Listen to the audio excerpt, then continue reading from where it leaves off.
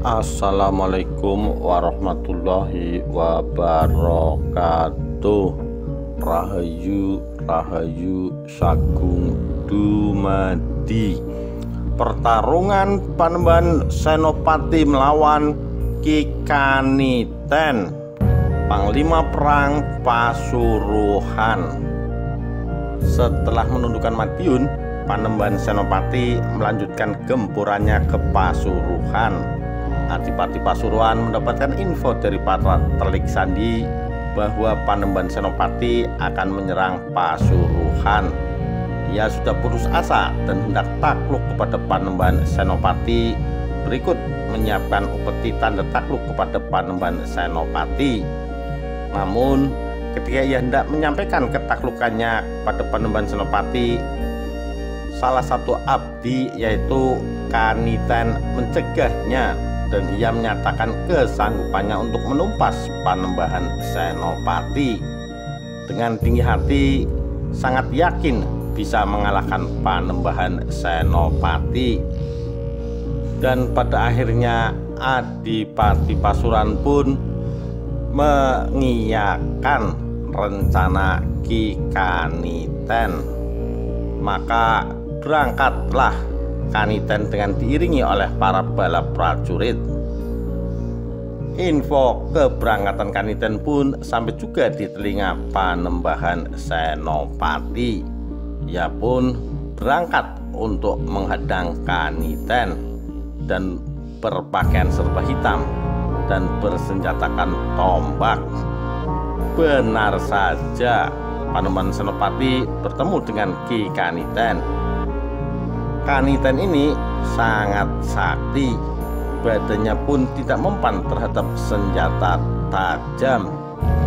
Ketika bertemu, Kaniten pun berkata, "Punya urusan apakah gerangan sehingga engkau berani menghadap dan menghadang perjalananku untuk menantang Panembahan Senopati?"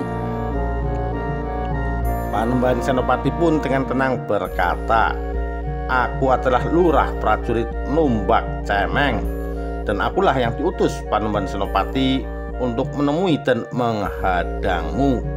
Segala urusan dengan Panembahan Senopati telah dikuasakan kepadaku."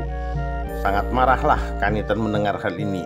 Maka terjadilah perang tanding antara Kaniten melawan lurah prajurit Numbak Cemeng, yang tidak lain adalah Panembahan Senopati sendiri.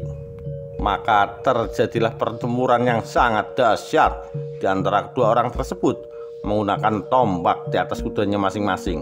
Kedua orang tersebut sama-sama kebal, dan para prajurit saling sorak-sorai melihat majikan mereka bertempur. Setelah lama mereka bertempur, namun tidak ada tanda-tanda kemenangan ataupun kekalahan. Panembahan Senopati akhirnya berdoa kepada Allah agar ia dapat mengalahkan Ki Kaniten. Seperti ada petunjuk, dan akhirnya tombak Panembahan Senopati mengenai lutut Ki Kaniten. Memang tidak mempan, namun Ki Kaniten terjatuh dari kudanya dan menjadi lumpuh. Otot lututnya seperti dilolosi dan ia seperti hilang kekuatan. Akhirnya ia dinaikkan ke kuda dan dipulangkan ke Pasuruan. Seketika Adipati Pasuruan begitu marah. Di samping kalah, ia sangat tidak suka akan perilaku Ki Kaniten yang begitu sombong. Akhirnya ia minta prajurit menghukum Ki Kaniten agar memancung lehernya. Namun tidak mempan, leher yang dipancung tidak putus. Saking marahnya Adipati Pasuruan akhirnya menuangkan timah panas mendidih ke mulut Ki Kaniten.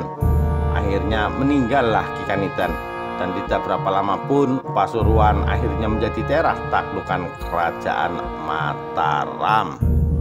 Demikian kisah pertarungan antara Ki Kaniten melawan Panembahan Senopati. Sekian, terima kasih. Wassalamualaikum warahmatullahi wabarakatuh. Rahayu Rahayu Sagung Dumadi.